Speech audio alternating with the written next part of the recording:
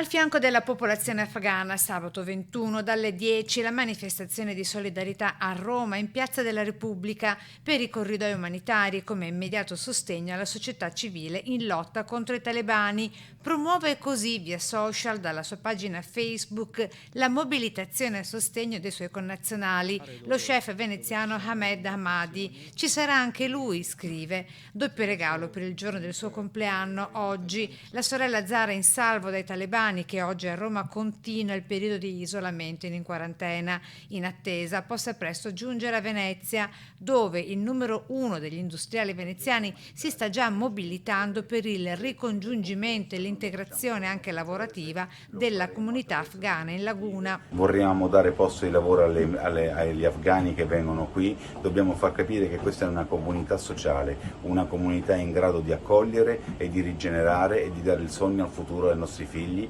Perché l'impresa si basa anche sulla solidarietà, come Marinesi, così anche il presidente del Consiglio regionale Veneto. Per Ciambetti, nella corsa all'ospitalità per i profughi afghani, necessario rivedere la reale efficacia di certe missioni internazionali, così nel ricordo di tanti militari italiani e veneti che hanno perso la vita nel territorio afghano. A Matteo Miotto, morto in Afghanistan qualche anno fa, e appunto l'amarezza nelle parole del papà di Matteo si sentiva tutta, ma ricordo abbiamo 53 militari italiani morti in questi 20 anni. Bambini e donne afghani, ora la priorità dell'accoglienza anche per il Veneto.